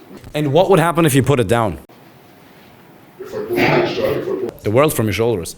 Oh yeah, well, I think in time it might become habit or just to be. What would have to happen for you to put the world down from your shoulders? Well, obviously, I'd love if she came back to me, but that's not. Aside from that, what would have to happen? Probably to meet somebody else. Because her coming back doesn't take the world off your shoulders, does it? In fact, that were to actually add more weight. He's confused. Good. When people are confused, they learn new things. Great. Keep going. Yeah, I'm confused. So what would have to happen for you to take the world off your shoulders? Well, I know that feeling that you get if you meet someone on a date and you like them and it goes well, there is that initial buzz. That probably at the moment would be a nice thing. Yes. And do you feel the world on your shoulders equally all the time, or sometimes more, sometimes almost none at all? When you were jumping up and down, how much did you feel the world on your shoulders? Maybe it fell down? Yeah, it wasn't there. Interesting, right? And I know it seems like a clever play on words, but it really makes a difference. You change your state, so all of a sudden you didn't feel it. And it had a lingering effect. It's not like the state, you're just like, fucking dead inside. There's a lingering effect, and we have to do things continuously to boost our state. You can control that. Looking away my phone, I'm awful. You're chasing her on Instagram? Yeah, or even just. Block her on Instagram and on WhatsApp. Block her on all social media. It's not to get one over on her. It's really not out of hate. It's not to disappear.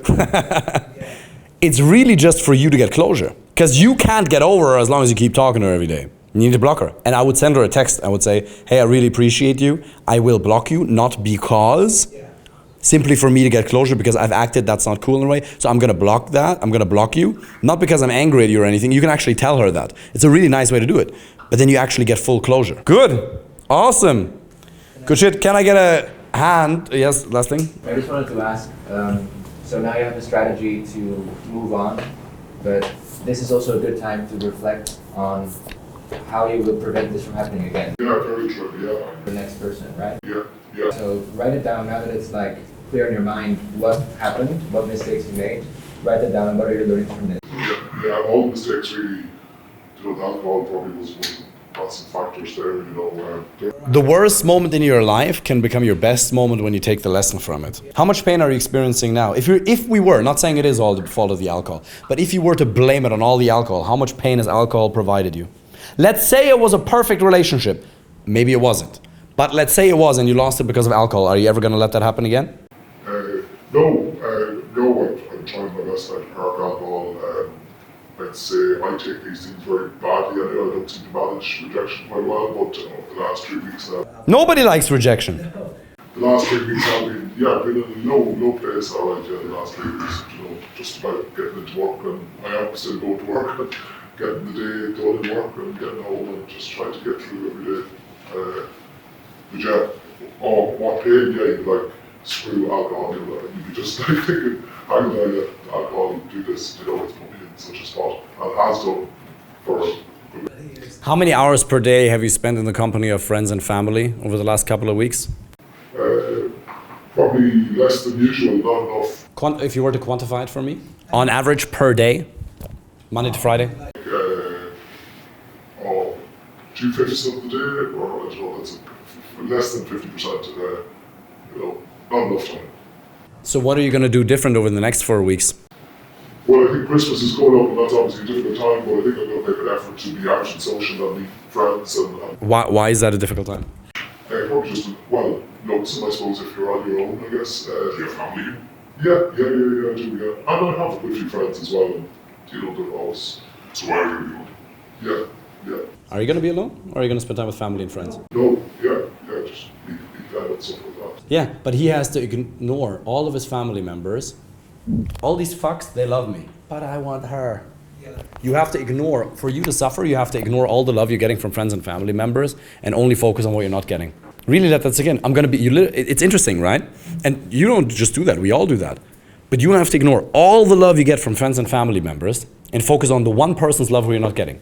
How many family members or friends do you think actually love you? Like really love you here, that you have here? If you just put a number on it, like really genuine love for you, friends and family members, that you're going to meet over Christmas. Well, you talk about close friends, but... Close friends, family members together? Probably 10, and then I'd have a wider circle of... Here's all these people who love me, but I want that.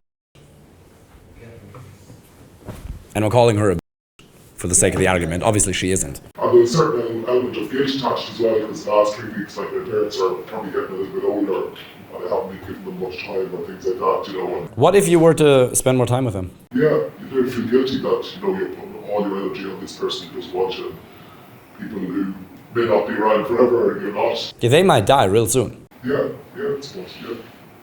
So that would be another regret. What if you were to focus on the love that you're getting from all these people? What if you were to actually meet more with them and get more of their love? For you, what would have to happen for you to keep suffering the way you did over the last 3 weeks?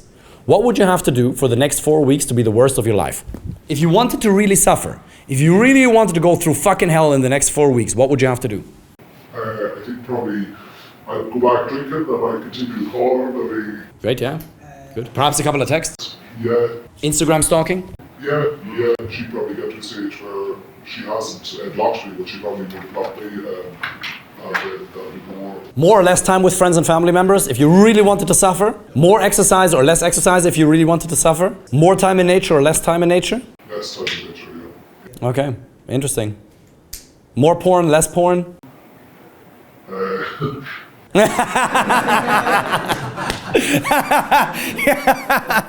I appreciate the honesty. It's like, well, that's the one moment I feel fucking good these days. That was fucking awesome. But you get the idea, right? Just one thing that was like when you were saying that, look, do all your friends drink? Yeah, quite a good lot of them. I know, like... That's difficult because... Is there any chance that you can find new friends? I know I know that it sounds really bad because the problem is that if you meet with the people that drink, you will end up drinking and it's not a good idea. It's hard, yeah, and I suppose I've been on a couple of things socially and, you know, people being like, why are you not drinking? But I just said, oh, I'm just taking a little break from the bar. No, this is a mistake. You gotta tell them, honestly, I can't do this because I have a fucking issue with it. You have to say that, because if you say you're just taking a little break from it, they're like, sure, look, one. It's just one. That's my Conor McGregor imitation. It's horrible, I apologize. Just one, it'll be done in one. And to your existing friends, you have to tell them, don't ask me. Don't, I'm serious about this. Do you care about my health? Do you care about my well-being? Awesome. I can't do this shit. I have a problem with this. And it's perfectly fine to admit that. It just means you have a bit of an addictive personality. You can frame it in a positive way. The fact that I can't handle alcohol says these positive things about me. Fine. You can find an empowering reframe for that, absolutely, for sure. But you have to tell them. You can't just tell them I'm taking a little break from it. No, it's like, I can't touch this shit. It fucks me up. Are you gonna support me or not? Okay. Are you gonna support me or not? Are you gonna support me or not? You gotta have these conversations with him. Because he's not gonna be able to manifest new friends right now. You gotta do that over the next couple of months. But right now, you need to have that open and honest conversation with your friends and tell them that you're not able to do that. Yeah. Like you're talking about moments in life there, and I was saying I've drank since I was probably 15. But as an Irish, but if I were able to do a year without drinking, it would be probably the biggest achievement I would even have right now, Is there any chance that you can start a new hobby right now? Like what hobby that you like, something that it takes you out of your house? Because the problem is that when you start to isolate yourself, you're gonna have those thoughts, and there is not people around. So, and the problem is that if you meet your friends, you're gonna keep drinking, and they will push you to drink. You know, what I was thinking is like to find some sort of hobby, sport, something that kind of take a little bit of time for yourself, something that you actually really enjoy it. So it makes you, in a way, not forget, but kind of get at ease with your emotions for the moment. Because otherwise, if you isolate yourself, you ended up drinking or thinking about her. What hobby would it be? Thoughts during the week, I was thinking about resigning from a job and moving to Australia, and drastic thoughts altogether. No, like I think is if you actually like don't resign right now, or at least if you have like a backup plan, if you have savings. If you have like a backup plan, do it. But if you just resign right now and then you get out of the job and then no one wants to hire you, then you're gonna be a downward spiral, even harder. So like I think it is important for you to find something that kind of alleviate that in a hobby. Like I don't know, like some sort. I will tell you go to dance because then you will meet people, but the school is closed right now. But there are other schools that helps you to have something in your brain, some purpose, something activity, some people that you will meet. Like obviously it's biased because I'm dance, but that will help you massively. But you need to find something that, like boxing, something, man. You need to find something. I play GA, but it's funny, just it's the off-season there, so usually that would take a lot of my time, 3 to 4. You need to find something right now that is, because that is very important, and it has to be urgent. You cannot be like sitting yourself on your own, thinking like I'm gonna quit right now my job, I'm gonna go to Australia, and then nothing happened in Australia, there is no visa, and then you got no job, and it's a bigger problem. You know, like for the moment, like you were thinking not to go to work. I think it's a good idea for the moment to keep going to work. It's not ideal that you stop everything for one person. So like try to find something that helps you. Like if I said like your friends are amazing, but like the problem is that they're going to be ended up drinking. Not ideal. Go with your family, go and see. But again, try to find something that helps you get out to release that stress that you have. What were you gonna say? I'm 4 years sober on the 26th. Fucking hell, amazing. It's hard.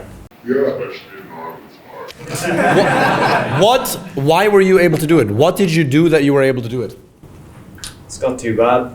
It's got really bad, like you're saying. Just Well, you kind of see it, I don't know your first day, but I was seeing some traits you didn't like just for drinking. Like that. I knew every relationship would end based around drink. I was like, I wouldn't be the same person.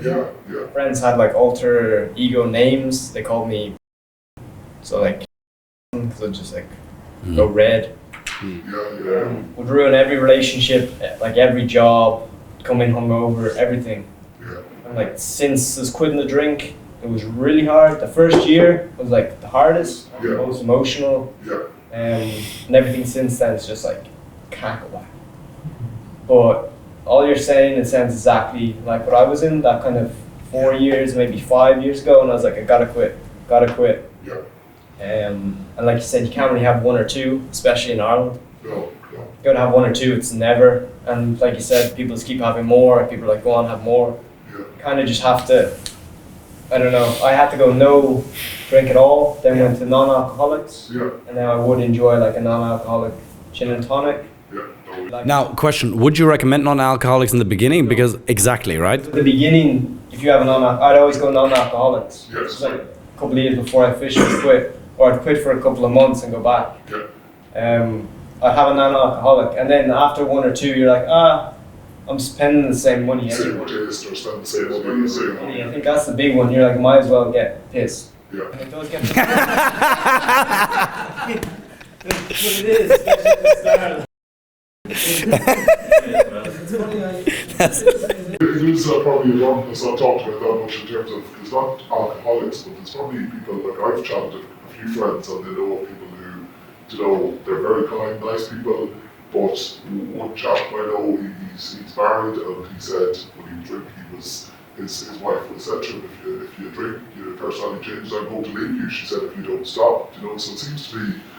Well, we've had another person in the room say they left their partner because of drink. Yeah, so, yeah. You know, it's kind of a hard decision, but if it's not for you... Yeah, it's not for you, it doesn't bring you to, Yeah. Us, by the way, with the three of us, I don't drink at all. You almost never. He very, very rarely. A bit more.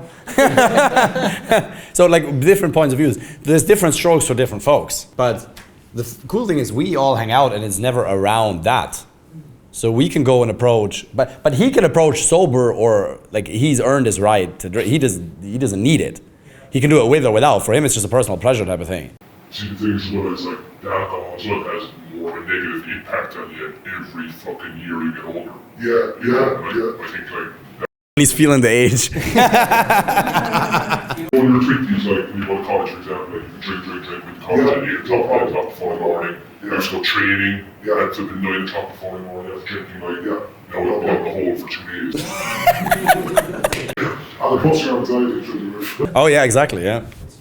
But I do know, like, one girl previous to my girlfriend that I really liked, I was only with her for about 2 months, but I just met her when I went into a bar in town there, and I was just confident with a couple of drinks, and I was chatting with her about the whole thing is that I should be like that without alcohol, you know. That's the idea. Yeah, but it's step by step. Don't expect you to be able to do that straight away. So just cut out the alcohol and work up the skill set to it, right? Okay, awesome. Great, good shit. Get a hand of applause for the guys. Just left.